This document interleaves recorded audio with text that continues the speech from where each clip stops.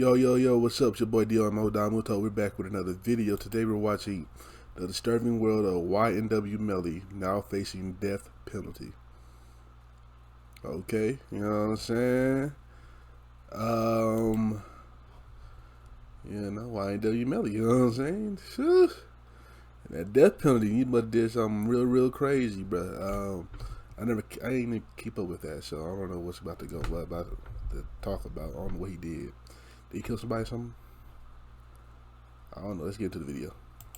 YNW Melly has been in jail for the last 1,438 days. For 4 years, the world has been wondering if the rapper is in fact guilty of premeditated murder, with the victims being his two best friends that he has known since elementary school. Damn, nigga. As of right now, the death penalty is a potential fate for him. But just before he got arrested, he released his collaboration with Kanye West that skyrocketed his fame. He had multiple songs generating millions of views and streams, and was on his way to being the next SoundCloud superstar. When the news broke that he was being investigated, people started to scrutinize him. His lyrics were shockingly descriptive. His interviews may have had clues that could tie him to this crime. His life in jail for the past 4 years has been rough, where he's being subject to inhumane treatment and borderline torture from the jail guards. As of today, YNW Melly is not guilty, but since we have not heard his defense yet, it's hard to imagine his innocence.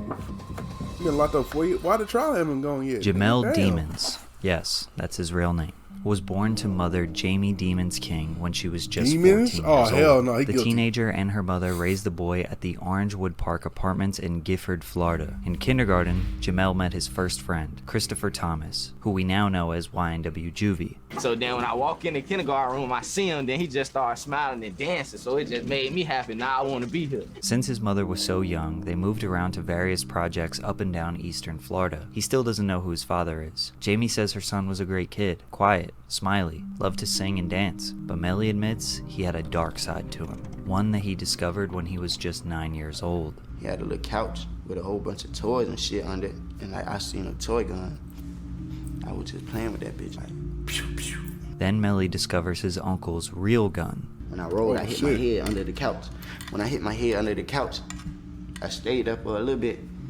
I seen some shit shining. It was a .22 revolver, a real gun. Oh shit. I'm a kid though, so I just walk out the house and I shot that bitch. And I couldn't hear out my ear for like a week. But then I was like, damn, this a real gun, you know what I'm saying? If you up that bitch at a nigga and bust his ass, that's his soul in that. Like, it's death in this motherfucker, you know what I'm saying? Damn, like, alright, nigga. Up this motherfucker in your ass, just you disappeared, bitch. Real shit, bro. I like how them bitches look, for real. I'm in love with them bitches. Before Melly was 10 years old, he was infatuated with the power of having a weapon. In 7th grade, he brought a very large knife to school and threatened to unalive himself and another girl. It's pretty clear this young man was very deeply disturbed at a young age.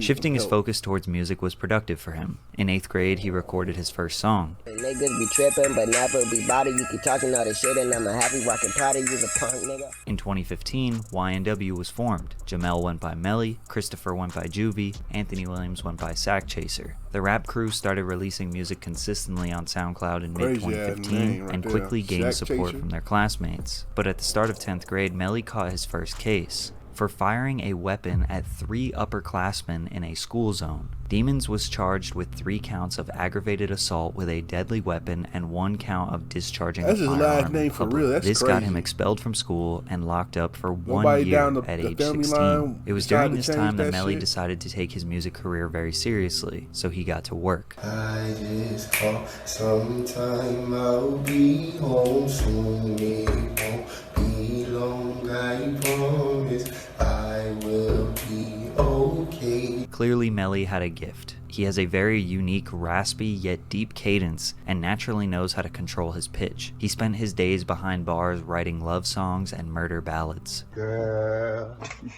you know I love it when I'm next to you.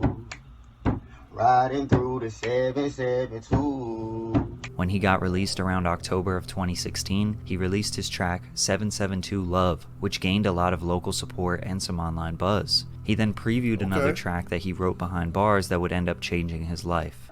Can't get rolled on no weed. I ain't get to roll no switches. I was locked up on Christmas.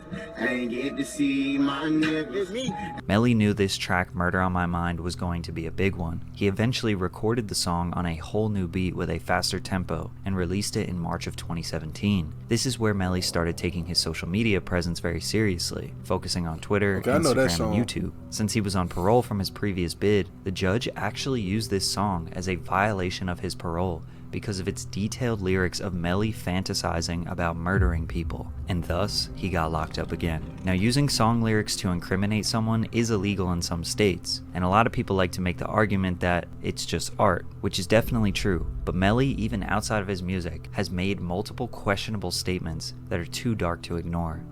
It was during this second confinement where he really started to generate a following. It's unclear how much time he spent locked up, but he was now 17 years old, and around October of 2017, his team was promoting a #free YNW Melly campaign. His family and friends even produced and filmed an entire music video for his song 772 Love, which now has over 40 million views on YouTube. Okay. Upon his release in March of 2018, he was starting to explode. He immediately dropped a music for Melly the Menace and did a number of live performances in Florida.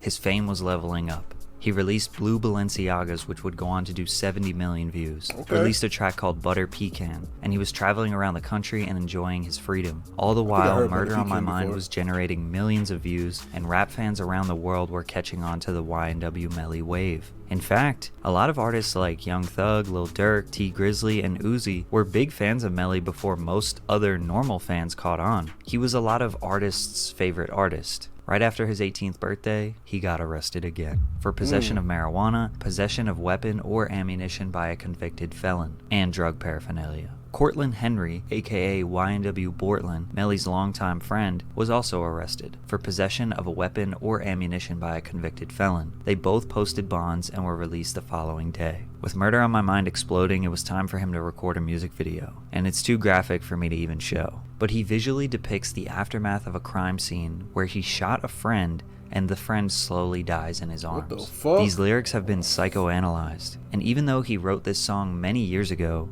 the song may have shockingly foreshadowed real events. I didn't even mean to shoot him, he just caught me by surprise. I reloaded my pistol, cocked it back, and shot him twice. His body dropped down to the floor and he got teardrops in his eyes. He grabbed me by my hands and said he was afraid to die. I told him, "It's too late, my friend, it's time to say goodbye," and he died inside my arms. In his first interview with No Jumper, his whole demeanor was strange, but he revealed something very interesting. So what you got tattooed on your face? Tell me about it a little bit. What? On my face? Yeah. We got the heart on this side. All right. What's that say above your eyebrow on that side? Which side? Oh, either one. What's it? I know I got Sat Chase right here. That's my brother. That's my twin. Okay. And I got Juvie. Juvie? Yeah, my brother. Just a lot of your friends who passed? Yeah. No, them my niggas right there. Oh, okay. My brother You right gotta. Nah, that's weird. Nah, that's weird. Usually get your homeboys tatted. I guess for people that do that, they get their family tatted on them when they pass, or a parent might get their kids tatted on them. Whatever, that's normal.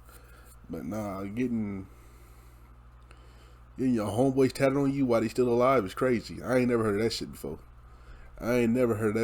You must really love your friends. My bad. I wouldn't get none of my friends tattooed on my face until they died. Yeah. I'm not a good friend like you are, apparently. This shit for life.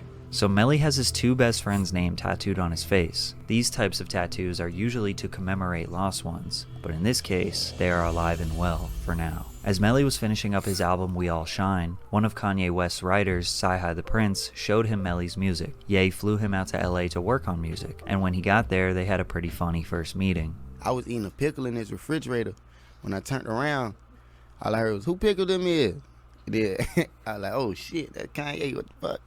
Then he was like, "Hell yeah, how long the pickles been in there?" I was like, "I don't know." I smashed that bitch. Then he came and he was like, "Nah, I'm not gonna touch those." So Melly, his manager 100K Track, and Kanye are in the studio for 2 hours listening to music until he asks Melly to play some of his songs. And this is what happened. Then we play Mixed Personalities. and he goes crazy. He's like, bruh, this is me. This is Ye. This is Kanye. This is Yeezy. This is me. And he's like, I'm like, damn. So me and Melly looking at each other like, damn, he fucking it. He like, bruh, I want to jump on this. This is me. This is Yeezy. He said, I want to jump on this. But then after I told him no, he was like, damn, why? I was like, because we about to drop it. We in the process. He's like, bruh, whatever I got to do, I get it done, like to be on the record, like, because this is really me, like I'm feeling a connection to it. Kanye resonated with the Mixed Personalities track, most likely because of his struggles with bipolar disorder, which Melly also admits he has been diagnosed with bipolar disorder. They came together, filmed a music video with Cole Bennett, and it would ultimately get released. This is only the second SoundCloud artist that Ye collaborated with, before Donda. The other one was Lil Pump. So Melly just secured a ticket to superstardom with that feature. But just when things were looking great, a very, very dark day was around the corner. Oh, shit. On October 26, 2018, YNW Bortland, whose real name is Cortland Henry, shows up to Memorial Miramar Hospital with 2 dead bodies in his car. The victims were both on the right side, front and back seat. They were the bodies of Anthony Williams, aka YNW Sack Chaser, and Christopher Thomas, aka YNW Juvie, Melly's 2 childhood friends. The vehicle had 8 shots on the right side and 1 through the back window. The police asked what happened, and Bortland said they were victims of a drive-by shooting. He said he left the New Era recording studio in Fort Lauderdale, drove west on 595, then south on 75, and exited on Miramar Parkway heading west. He said on Southwest 160th, a vehicle passed by on his right side and started shooting. He ducked down to avoid being shot, and when he sat up, he saw his friends bleeding out, so he drove to the hospital, which was conveniently right around the corner. After this report, the detectives and officers shut down the crime scene and walked 12 blocks on foot. Not a single report of gunshots, nor evidence of a shooting was found. Bortland was tested for gunshot residue on his hands but came back negative. The roommate, Dontavius Withers, of Sack Chaser and Juvie, was questioned by the police since he lived at their last known address. He said there were 2 cars when they left the studio, a gray Jeep, which is where the murder took place in, and a red Mitsubishi, which Withers said that he and Melly were in. He said he went straight home and found out later that his roommates were dead and didn't know where Melly was, but it was later proven that Withers lied about the situation. Before police showed up, he was with Melly at Fredo Bang's house. Withers changed his story and said that Melly was in the Jeep when they left the studio, but then got into the Mitsubishi around Sheridan Ave when Withers Snapchatted him to pick him up. Police obtained security footage from the manager of the recording studio, which proved Melly left in the gray Jeep. He got into the back left seat. Remember, victims were in the front right and back right seats. Cell phone records show that Withers went straight home without stopping, so Melly never entered the Mitsubishi. When police investigated the Jeep, they found one .40 caliber shell casing on the floorboards where Melly was sitting. It was inside a white plastic bag. If this was a drive-by, there would not be shell casings inside of the car. This supports evidence that shots occurred from inside of the car. Police were able to obtain T-Mobile cell phone records that track their locations minute by minute. These records show that Melly, Bortland, Sack, and Juvie were all in the car together at the time of the murder. They did confirm that the Jeep exited on Miramar Parkway, but turned north on Southwest 184th and then west on Pines Boulevard at 353, and then turned back east at 406. This is enough time to make it all the way to the outskirts of the city where nothing is around, and back. The cell phone records also show that they were driving around the area west of I-75 before arriving to the hospital at 4:35. Melly's cell phone was separated from the car at 4:32, just 3 minutes before the Jeep arrived to the hospital. This is where people are assuming that Melly and Bortland were trying to get their story straight, driving around the city, and then ultimately Melly hopped out before Bortland took them to the hospital. Melly then FaceTimed his girlfriend saying that they were a victim of a drive-by and he needed to be picked up, which confirms that he was at the scene of the crime. So police knew that there were a lot of conflicting statements from witnesses, and even some straight-up lies. They needed to conduct this investigation immediately. The next day when the news broke, YNW Melly took to Instagram and Facebook to grieve publicly, claiming that they took my brothers from me over jealousy. Melly proceeded with his career as usual. He released a documentary on his YouTube channel on December 4th, which featured Sack Chaser and Juvie, and a little bit about how close they were growing up. It also featured a section about how obsessed with guns Melly was. At the end of the documentary, it stated that 4 days after the completion of this film, YNW Melly and his friends were a target of a drive-by shooting. Then the Genius video dropped of Melly explaining the lyrics to his hit song Murder on My Mind, where he describes his love for guns and says he isn't a human murderer. It's a murderer. I murdered a and I murdered a bee. I am not no human murderer. But on January 3rd, 2019, he was arrested in Florida on weed charges. No. His sinister smiling mugshot went viral. Just 3 weeks later, while he was still locked up, Mixed Personalities dropped with a Lyrical Lemonade video. This was a huge moment for Melly and Cole Bennett, as Kanye was the first veteran superstar rapper he had worked with at that point. The song went mega viral, and Melly's fame exploded. This was the first time a lot of people have heard of him. He was about to become a mainstream artist, but on February 13th, just less than a month later, the investigation concluded, and a warrant for his arrest for the murder of his 2 friends was now official. He immediately turned himself in despite claiming his innocence. 2 weeks later, the evidence against Melly was released. Police discovered that YNW Bortland lied about where the crime actually took place. The police used a canine to investigate the crime scene on Southwest 160th Street, which is where he reported the drive-by happened, but the dog found nothing. Officers then investigated a more rural area that they thought maybe was the crime scene, and the canine found some evidence. The dog discovered 8 .40 caliber shell casings and 2 types of glass that matched the front passenger and rear passenger window of the Jeep. So now they know the crime scene is not even close to where it was reported. This prompted them to investigate the vehicle again, and they decided to do a trajectory analysis using rods and strings to determine flight paths of projectiles. And they confirmed that there is no way this could have been a drive-by shooting based on the bullet paths and the wounds suffered by the victims. The police suspect that they parked the vehicle and staged a drive-by shooting before showing up to the hospital. When autopsy reports came back regarding the victims' wounds, the evidence shows the initial lethal shot occurred from inside the vehicle and was initiated from the left rear passenger side, the same position occupied by Demons, which is Melly. An intermediate wound by definition would indicate a distance of 3 inches to 3 feet between the victim and the weapon. However, due to a 3-centimeter stippling pattern, the weapon was in a close proximity to Thomas's head. This would be a straight-up execution-style shot. The gunshot wounds to the back of Thomas also indicates these wounds were inflicted after he was shot in the head, as the projectiles entered Thomas's back when he was leaning to the left. Evidence from the autopsy revealed that both victims' wound paths to their heads were from a left to right direction. This direction contradicts the statements made by Henry and does not support the statements of a drive-by shooting that occurred on the right side of the vehicle. Basically, they think Melly shot both of his friends point blank. Then they drove around trying to come up with a story, then staged a drive-by to make it look more convincing. And obviously the police have garnered a lot of evidence to support that. Because of Melly's music about guns, murder, and admitting to having another personality, Melvin, who is reckless, unpredictable, and willing to kill, he hasn't exactly made himself seem like the most innocent man in the world. Most of his fans claim that this is just art. It's too common for rappers to make songs that glorify violence, gang activity, and all kinds of heinous crimes. This is all just for entertainment, and Melly is actually a good person. And when it comes to the music, it's hard to accuse someone of crimes based on that, but I think we can all agree some of his interviews and candid remarks about his alter ego Melvin make him look very suspicious. Plus, surely someone wouldn't kill their best friends, right? Well, there is absolutely nothing that indicates Melly had any beef or bad blood with Juvie, who he has known since kindergarten. However, with Sack Chaser, there is some suspicion. A video surfaced on the internet of Melly's mother saying this: "Don't ever try to come for me, because I don't even play them type of games. Like, what the fuck you got that I ain't got? Oh, you threaten me with your little gun? Bitch, I got big guns."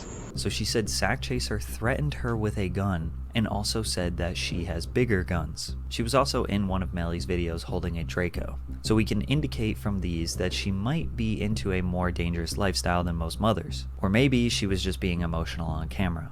Either way, she may have just gave the judge a reason to believe that there was a beef between Melly's mom and Sack Chaser, and that Melly would most likely defend his mother. Other than that, there isn't any strong intent for him to kill his friends, which is very important because they're trying to accuse him of premeditated murder. There are tons of rumors with very little or no evidence at all. Rumors that Sack Chaser was supposed to get $200,000 when Melly signed and he didn't want to pay him. Rumors that Sack Chaser got into a fight with Melly one time and knocked him out. Even rumors that Melly and Sack Chaser were in an intimate relationship and there was jealousy. There's an alleged video of Melly admitting to the murder, but it was just him singing Kevin Gates lyrics. There's a message he sent to a random Instagram account the night of the murder that says, "I did that," but with no context provided. But again, all rumors and very low evidence. It seems like the prosecutors have an extremely weak case. There is no confirmed murder weapon, and there is no intent. So to charge someone for first-degree premeditated murder and seeking the death penalty, they need a very strong case. Also, keep in mind we have no idea what Melly's defense is going to be. 4 years later, and we still have only heard one side of the story. And since Melly has been locked up, his life has been rough. He pled not guilty in March of 2019. The next month, they announced that they were seeking the death penalty. He announced in June that he would be home soon, and was seen in court smiling. Melly vs. Melvin was his third studio album released while he was locked up, which eventually goes gold, and it spent 31 weeks on the Billboard 200 albums chart. Then in March of 2020, he's seen smiling in court again. In April, he tested positive for COVID-19. He'll be filing a motion for restricted release in hopes of better care due to any jails not being prepared to treat this new virus. He hopes for your support and to recover soon. Pray for Melly, send positive energy to him please. Despite his health, he was allegedly involved in several fights with inmates, guards, alongside inmates, etc., causing him to lose his privileges and send him to solitary confinement for 70 days. Then YNW Bortland was granted house arrest, which is extremely uncommon for someone to get released facing the severity of these charges. His team released another project in 2021, Just a Matter of Slime, which had an insane list of features, trying to hold on to the audience that is still there to support him. His physical condition got worse when it was reported that he had an abscess in his lower jaw, which is a bad chronic infection because of his diamond implants. He was denied dentist visits, a regular toothbrush or floss because they can be used as weapons. People suspected that the jail are trying to torture and break him down while he awaits this trial. In March of 2022, he filed for a speedy trial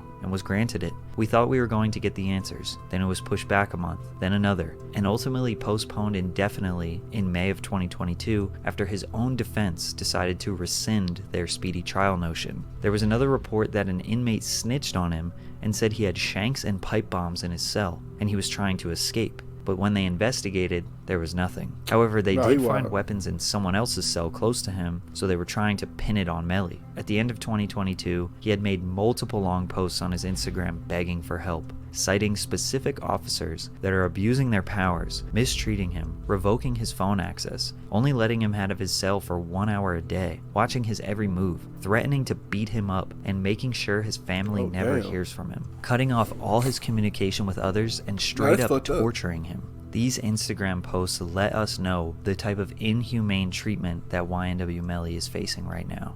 Now, reminder, he has not been found guilty of anything, so this treatment is definitely excessive. Going into 2023, we still do not have a trial date. 4 years, Melly has been behind bars, waiting to know his fate. The prosecutors have 600 pages of DNA, ballistic evidence, witnesses lying, Melly's own suspicious statements on social media, but they don't have a murder weapon, they don't have intent, and apparently they don't have anyone willing to testify against him. If Melly did this, it would be considered one of the most heinous crimes in rap history, but we don't know what his defense will be.